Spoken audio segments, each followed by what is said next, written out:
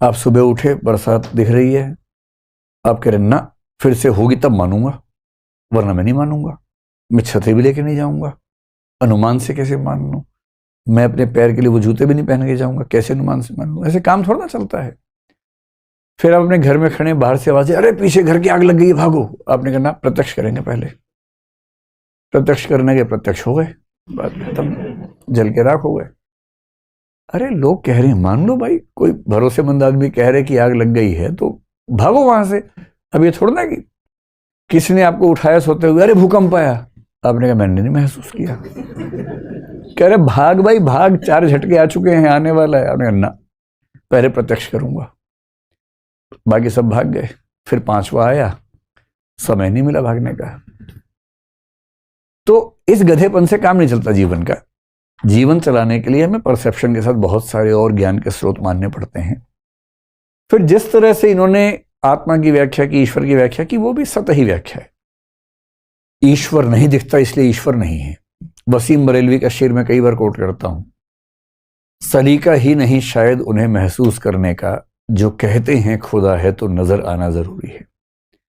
अरे 1000 चीजें जो नजर नहीं आती तब भी हो सकती हैं। हमारे विचार नजर आते हैं क्या? नहीं विचार नजर आते। भावनाएं नजर आती है? नहीं आती नजर। 1000 चीजें जो नजर नहीं आती हैं। मैं ये नहीं कह रहा कि ईश्वर है, ये भी साबित नहीं होता, पर एक पॉसिबिलिटी के तौर पर आपको मानना पड़ता है कि ऐसा हो सकता है। सीधे खारिज करना, नहीं दिखता इससे नहीं। उनको कितनी आकाशगंगाएं दिखती थी उस समय, कितने तारे दिखते थे उनको। अमेरिका का भी देखा, अफ्रीका का भी देखा उन लोगों ने, परमाणु का भी देखा। नहीं दिखता भाई, लिमिट है देखने की हमारी। पर ये मान लेना कि जो नहीं दिखेगा वो खारिज कर देंगे।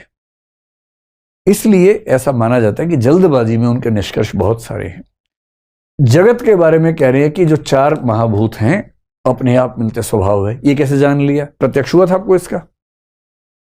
बाकी हर चीज प्रत्यक्ष प्रत्यक्ष खेल रहे हैं। 4 महाभूत अपने आप मिल जाते हैं, तुम्हारे सामने मिले कभी वो? क्या तुमने महाभूतों से चेतना को बनते हुए देखा कभी? वो तो नहीं देखा। यहां खुद अनुमान कर रहे हो, और बाकी लोग अनुमान करें तो आप कह रहे हो कि अनुमान गलत बात है, प्रमाण नहीं मानेंगे। और खुद अपनी फिलॉसफी पूरी बेस कर रखी है अनुमान पे, इन्फ्रेंसेस पे। और जो इनका इथिक्स है वो इथिक्स ऐसा है कि अगर इसको मान ले तो समाज चल नहीं पाएगा। समाज में हर आदमी शिकारी और जंगली बन के घूमता हुआ दिखेगा, सब शिकार की तलाश में।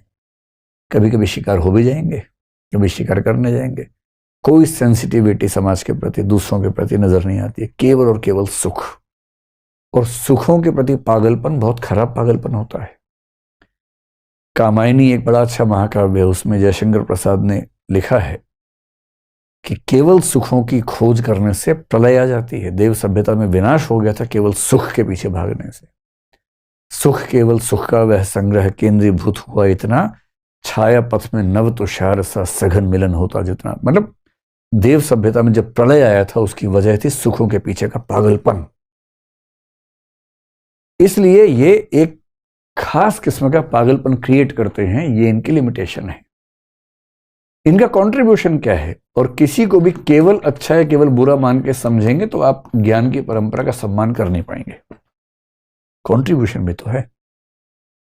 अगर ये ना होते ना, जैसा कि डॉक्टर राधाकृष्णन ने कहा, भारतीय दर्शन हठवादी हो जाता, मताग्रही, प्रेजुडाइज्ड हो जाता, पूर्वाग्रही, डोगमेटिक हो जाता। इन्होंने भारतीय दर्शन को डोगमेटिज्म का मतलब है कि सब लोग एक ही रिचुअल पे चल रहे हैं, सब एक ही बात मान रहे हैं, कोई चैलेंज ही नहीं कर रहा उनको। जब वो चैलेंज करता है तो हम नए तरीके से सोचने को मजबूर होते हैं।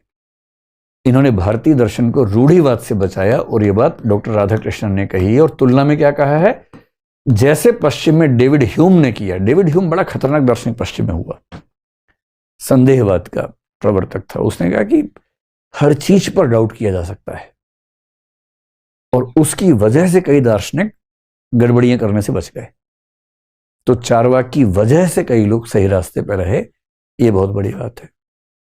फिर पूरे भारतीय दर्शन में मैटेरियलिज्म का अकेला दर्शन ये है, कम से कम हमारे पास वैरायटी तो है, एक विचार हमारे पास ये भी तो है। और आज के समय में जो आत्मा का विचार इनका है, कंप्यूटर के आने के बाद, आर्टिफिशियल इंटेलिजेंस के आने के बाद, इसके सही होने की संभावना भी है। और ये बात प्रोफेसर हिरेन्ना नाम के एक बहुत प्रसिद्ध दार्शनिक ने कही है कि जो चार्वाक का आत्मा का विचार है कम से कम एक लॉजिकल पॉसिबिलिटी बताता है जिसको हम खारिज नहीं कर सकते। इनके एथिक्स जो है थोड़ी खराब तो है, लेकिन एक बात ये भी तो है कि क्या जरूरी है कि हर आदमी मोक्ष के पीछे ही दौड़ता रहे? क्या जरूरी है कि हमारे लक्ष्य परलोक में हो? क्या इसी जीवन को, इसी संसार को सुंदर बनाना पर्याप्त लक्ष्य नहीं हो सकता है?